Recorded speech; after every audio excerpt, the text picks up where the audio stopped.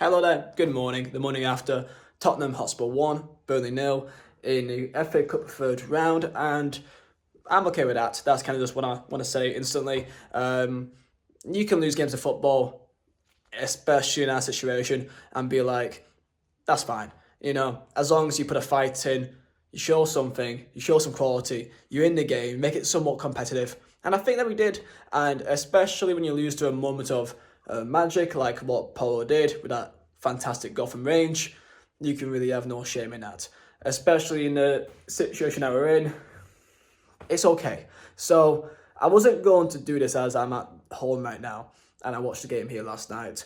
I've seen some debates, some talking points online, and some things that I've seen which I just don't personally agree with, and I just kind of want to give my 2 cents on it pretty much. So, number one, the first time I've seen Muric back since Everton away, 1st of November, I believe, and ever since then, the kind of Trafford Muric debate that was heated for like a month or so completely died and was dead in the water because as soon as Trafford came back after that, we all knew, right, Trafford's number one.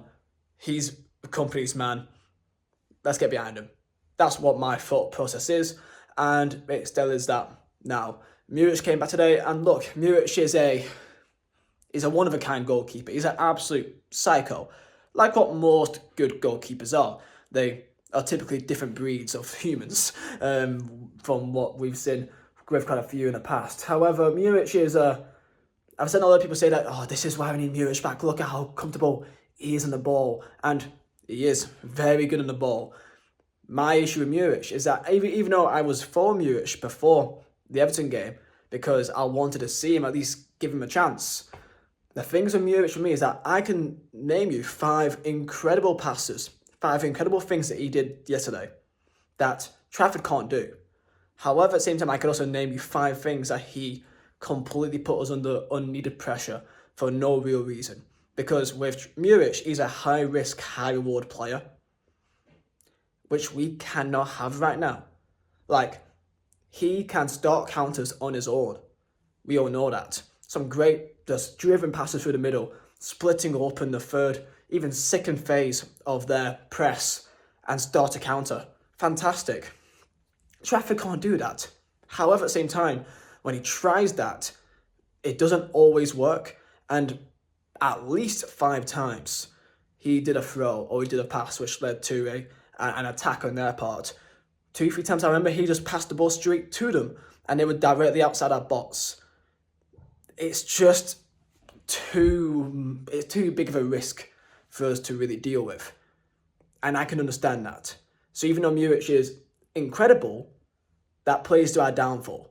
So even though I love Muric, and I did quite enjoy him coming out for high claims from corner set pieces, something that he has definitely got a more advantage with, I just think that I get it. And I think Trafford has earned his spot in the last couple of weeks. So I have no real issue with that anymore. So I've seen people talk about that debate. For me, as far as I'm concerned, it's dead. And Trafford is our man. So let's get behind him. Number 2, well, how the game went down yesterday is that I thought that we played really good, especially when it comes to our counter-attacking play and our build-up play. Some great little one-touch, little triangles, passages to get out of tight situations. Defensively, I thought we were really sound, actually. It's just that final ball. It's just that final pass. It's just that final shot. So many times that Anna Saruri does a lovely little skill, unbelievable skill. Beautiful first touch, takes a man on, and then the cross is just out for a goal kick. Same thing happened with Coutinho, who I thought was fantastic. But then the final cross is out for a goal kick. And Dooney, who for by the way, I've seen a lot of people complain about him, saying that I think he should have a moment at the team. You are mad. For me, people may shout at me, I think Amdouni is our best player. I think Amdouni technically is our best player. I love Amdouni. I think that he's probably got one of the highest ceilings that we have in our team. I think technically in tight spaces, people may say that he's a 5-a-side player, which I get what they mean. I get what they mean completely. And his decision making is, by the way, I gotta insist, right now is not the best. Right, and last night was a great example of that. But that's why it's almost so annoying, because you can see what Kompany wants. You can see the kind of play that he wants to instill, and we are doing. And he has definitely done a lot better than at the start of the year. People are on about Kompany, saying that he's naive and that he's just really stubborn in how he wants to play and he's not changing. He's changed.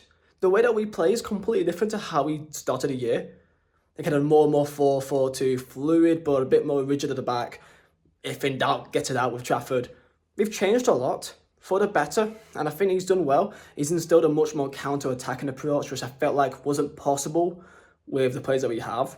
But it's worked. We've shown some great signs. Villa, great example of that. And today as well, we were really good on the counter. It's just the final pass. Granted, the second half was definitely a lot more, a bit more, what's the word I'm using for? Lacking, I guess. There wasn't as much of it in the second half. But Spurs weren't exactly dominant. And that's probably the main frustration, the fact that Spurs was there for the taking. They were. And I think that's the main thing, that we had some great moments, some great pieces of skill to get a proper final ball in. I think the best example is, I think it was, 10 minutes before the end, or 15 minutes, that a great little passage of play from the back, little triangles. I believe it was Vitinho down to Cullen. Cullen puts it down to Trezor. Alderkeel, that was left back at the time, put a beautiful overlap to put a ball in the box, and Trezor's pass to him was either it was too hard, or Dakil wasn't expecting it there in the right position, and he went out for a goal kick. That was a beautiful, that's what we plan in training, and it was there, it was on. That happened 2-3 times that we had that just last ball, and it just didn't work out time and time again. And that's why I can't be angry, because even though you'd think I'd be angry that we wasted that chance again and again and again, we're getting them against top teams, especially away from home, and I think that means something. And again, if we do go down this year, I don't think there's any real shame in that. I don't think there is. People may say, yeah, we spent this money. What's the point of being here? There's no point fighting for it. And we're fighting for it. I'm not saying that we're down and out already, but I won't lose sleep. I will not lose sleep on it. So, yeah, I'm seeing progress. That's what matters for me. And as long as it takes to get behind the lads, and forever, well, not forever, but as long as it takes, I'm still Vincent Kompany. I don't think people really are questioning Kompany. I think that we've all seen enough progress from Fulham, from Villa, to say that we are improving. We are seeing the players be a bit more resolute, being a bit more clear-headed, especially out from the back. And that's all I want to see. So, Luton next, huge game, potentially cup final. We got to beat them. So, I'll see you for then. Uppercuts.